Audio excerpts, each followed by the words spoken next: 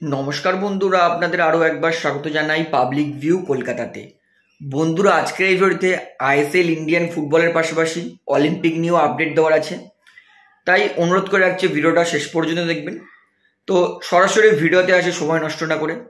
সবার প্রথমে আমি অলিম্পিকের কথা বলবো।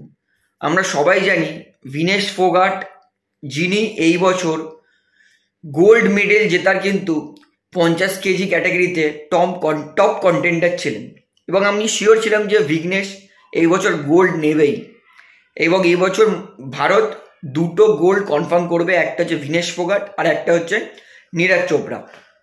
তো আমি সত্যি কথা বলছি, আমি লিটারেলি কালকে যখন সকালবেলায় নিউজটা শুনলাম যে ভিনেশ ফোগাটকে ডিসকোয়ালিফাই করেছে মাত্র 100 গ্রাম বেশির জন্য, তো আমার সত্যি মনটা খুব খারাপ লেগেছে এবং আমি প্রচুর হতাশ হয়েছি যে ভাই কিভাবে একটা রেসলার এত বছরের পরিশ্রম তার 100 গ্রামের জন্য তার জল ঢালা পড়েছে।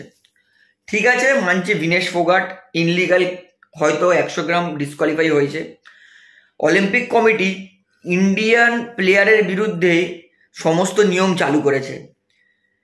বক্সিং ম্যাচে একটা বায়োলজিক্যাল মেল, একটা ছেলে যে জন্মেছে ছেলে হয়ে, যার শরীরে ছেলেদের স্ট্রেংথ আছে, সেই ছেলে মেয়েদের বক্সিংয়ে লড়াই করে ফাইনালে পৌঁছে গেছে, মানে সিলভার কনফার্ম। এবং যেহেতু একটা মেয়ের বিরুদ্ধে একটা ছেলে লড়াই করবে, তো গোল্ড পাবে এটা তো নিশ্চিত। কারণ একটা মেয়ের সঙ্গে যতই হোক, দেখুন ছেলে মেয়ে ডিভাইডের ব্যাপারটা নয়, ব্যাপারটা হচ্ছে যে একটা ছেলের বডি স্ট্রেংথ, বডি পাওয়ার বেশি হয়, এটা মানে এটা সায়েন্স। তো একটা অলিম্পিকের মতো স্তরে একটা মেয়েদের রেসলিংয়ে যদি একটা পুরুষ লড়াই করতে পারে, সেই জায়গায় যদি ডিসকোয়ালিফিকেশন না থাকে, আমি বলবো মাত্র 100 গ্রামের জন্য তার পুরো এন্টায়ার অলিম্পিকটাকেই মানে মিটিয়ে দেওয়ার কোনো মানে রিজন পাচ্ছি না। আমি মানছি যে অলিম্পিক কমিটি ঠিক আছে, ফেয়ার করছে, কিন্তু তাহলে ফেয়ার ভারতের প্লেয়ারের সঙ্গে কেন হচ্ছে?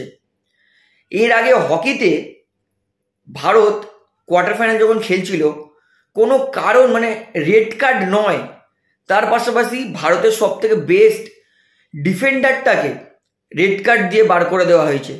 যেই জায়গায় সেমিফাইনালে ওই জায়গা থেকে ভারত দুটো পেনাল্টি কর্নার দিয়েছিল এবং গোল খেয়েছিল, অর্থাৎ কোনো কারণ ছাড়া রেড কার্ড দিয়েছিল। এবং মানে প্যারিস কমিটিকে অ্যাপ্লাই করেছিল যে ওটা যেহেতু রেড কার্ড ছিল না, তাই ভারত তারা অ্যাপিল করেছিল যে যাতে তার ওই ম্যাচটা হয়ে গেছে একটা ম্যাচের যেন ব্যান না থাকে। কিন্তু অলিম্পিক কমিটি বলেছে না, এটা হবে না, একটা ম্যাচ ব্যান থাকবেই। তো সমস্ত নিয়ম প্যারিস অলিম্পিক কমিটির ভারতের প্লেয়ারের বিরুদ্ধেই মানে লাগু হচ্ছে, বিদেশের বা অন্য কোনো দেশের প্লেয়ারের জন্য নয়।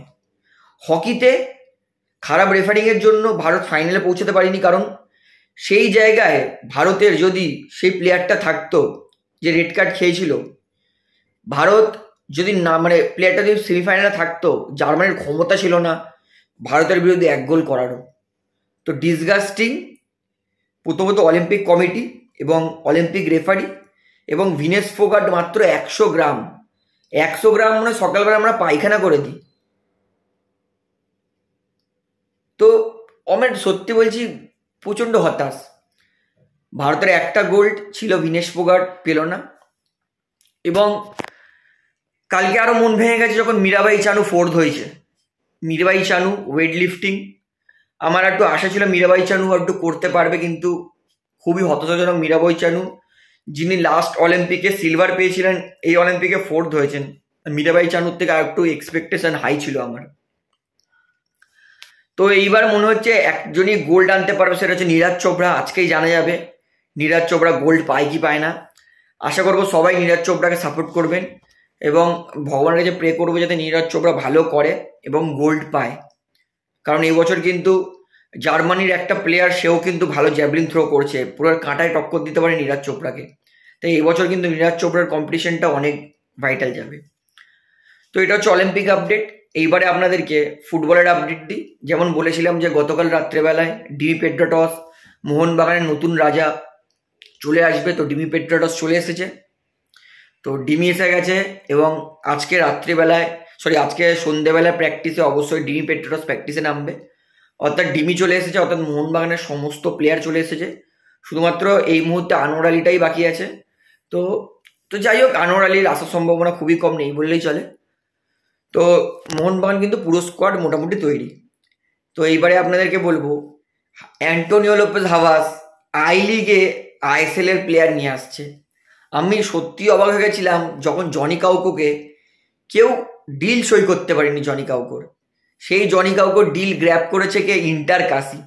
এবং এতে আমার বলতে কোনো হেজিটেশন আমি একদমই করব না যে জনি কাউকো কোনোদিন ইন্টার কাশিকে সই করতো না। শুধুমাত্র অ্যান্টোনিও লোপেজ হাভাস আছে এবং হাভাসের কথায় ইন্টার কাশিতে সই করেছে জনি কাউকো। আইএসএল খেলা লেভেলের বিদেশি। এবং আমি এটা অনায়াসে বলতে পারি যে আইএসএল এ বর্তমানে কিছু কিছু দলের এমন বিদেশি আছে যারা আই লিগে ডিজার্ভ করে, এবং জনি কাউকোর মতো প্লেয়ার আই লিগ নয় আইএসএল ডিজার্ভ করে। অর্থাৎ আমি আগেই বলেছিলাম হাভাস এসেছে, নিশ্চয়ই ভালো ভালো বিদেশি রিক্রুটমেন্ট হবে। তো এবার আমি এটা কনফার্ম যে হাভাস জনি কাউকোকে কনভিন্স করে নিচ্ছে আই লিগ খেলার জন্য, নিশ্চয়ই ভালো ভালো প্লেয়ার নিয়ে আসবেই। তো আমি সত্যি অবাক হয়ে গেছি, যদি আমি গ্যারেন্টি যদি তিরির কন্ট্রাক্ট যদি না থাকতো মুম্বাইয়ের সাথে এক্সটেনশন, তাহলে তিরিকে অবশ্যই নিয়ে আসতো আই লিগ খেলার জন্য। তো ভালো বিদেশি নিয়ে আসছে হাভাস, সেরা কোচ। আমি এইটুকুনি বলতে পারি আইএসএল এর সেরা কোচ। আইএসএল এর সেরা কোচ আই লিগে যাচ্ছে। আইএসএল এর one of the best midfielder Johnny Kauko I লিগে যাচ্ছে। এইবার আর কে কে আই লিগে যায় ইন্টার কাশিতে, সত্যি দেখার বিষয় আছে। তো ইন্টার কাশির আপডেট আমি আপনাদেরকে অবশ্যই ছোট বড় করে দিতে থাকবো। এইবারে আপনাদেরকে বলবো, আজকে মোহনবাগানের হেড কোচ যে ইন্ডিয়ান এয়ারফোর্সের বিরুদ্ধে খেলতে নামছে, ম্যাচের আগে কি বললো। তো পরিষ্কার করে যে হোসে মলিনা যে আজকে ডিমি পেট্রোস আর জেই ম্যাকলারেন খেলবে না, এটা কনফার্ম করে দিয়েছে। তার পাশাপাশি তিনি বলেছেন যে গ্রেগ স্টেওয়ার্ট তিনি পর্যাপ্ত গেম টাইম পাননি, এবং অ্যালবার্টো রড্রিগস মার্টিন তিনিও পর্যাপ্ত গেম টাইম পাননি। অর্থাৎ এই দুই ফরেন প্লেয়ারকেও খেলবে কিনা সেটা কিন্তু তিনি পরিষ্কার করেননি।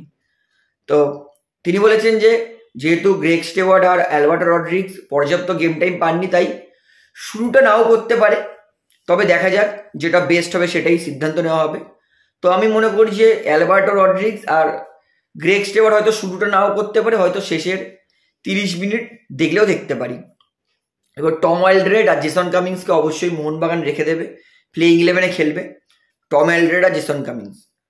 এইবারে তিনি বলেছেন যে তিনি ইন্ডিয়ান এয়ারফোর্সকে কখনোই হালকাভাবে নেবেন না, তিনি অপোনেন্টকে সম্মান করেন এবং তিনি জয় দিয়ে নিজের যাত্রা শুরু করতে চান। এবং সমর্থকরা মোহনবাগান দলে যেই প্রত্যাশা রাখে যে মোহনবাগান মানে ম্যাচ জিতবেই, তো সেটা কিন্তু সম্পূর্ণ চেষ্টা করবে হোসে মলিনা। এবং তিনি বলেছেন যে আজকে তিনি সমর্থকদেরকে একটুও হতাশ হতে দেবেন না। অর্থাৎ হোসে মলিনা তিনি বলছেন তিনি কিন্তু আজকে অবশ্যই জয় দিয়ে শুরু করবে। এইবারে ইস্টবেঙ্গল দলের আপডেট দিই। আমি আগেই বলেছিলাম যে ম্যাচ প্রেডিকশনে যে ইস্টবেঙ্গল 3-1 জিতবে ডাউনটাউন হিরোসের বিরুদ্ধে। প্রেডিকশন 100% মিলে গেছে। ডাউনটাউন হিরোসের বিরুদ্ধে ইস্টবেঙ্গল 3-1 জিতেছে। এবং আজকের প্রেডিকশন আমার মোহনবাগান 3 গোলের ডিফারেন্সে জিতবে আজকের প্রেডিকশন। তো ইস্টবেঙ্গল দল সত্যি এই সিজন বলবো ইস্টবেঙ্গল সমর্থকদের মুখ উজ্জ্বল করার টিম বানিয়েছে। সত্যি ইস্টবেঙ্গল এবছর খুব ভালো খেলছে। 18 তারিখ ডার্বি প্রচণ্ড জমবে, এতে এক ফোঁটাও সন্দেহ নেই। তো আশা করবো ডার্বি কিন্তু আপনারা সবাই মাঠে থাকবেন। আমি তো ডার্বিতে যাবই, যদিও আমার একটা ইনভিটেশন আছে, একটা অনুষ্ঠান আছে, তো দেখা যাক কি হয়, তবে চেষ্টা করবো যাওয়ার ডার্বিতে। তো বন্ধুরা ডার্বিতে যদি যাই আমি আপনাদেরকে জানিয়ে দেবো যে আমি কোথায় বসছি বা কোথায় বসছি না, আপনাদের সঙ্গে আশা করি দেখা হবে। তাহলে বন্ধুরা ভিডিওটা এখানে শেষ করছি। আশা করি ভালো লাগলো। তো ভিডিওটি ভালো লাগলে অবশ্যই লাইক করুন, কমেন্ট করুন, শেয়ার করুন, এবং বন্ধুরা চ্যানেলটি তারা নতুন আছে সবাইকে এক অনুরোধ করবো তারা অবশ্যই পাবলিক ভিউ কলকাতা এই চ্যানেলটিকে সাবস্ক্রাইব করে বেল আইকন প্রেস করে অল করে রাখবেন। ধন্যবাদ।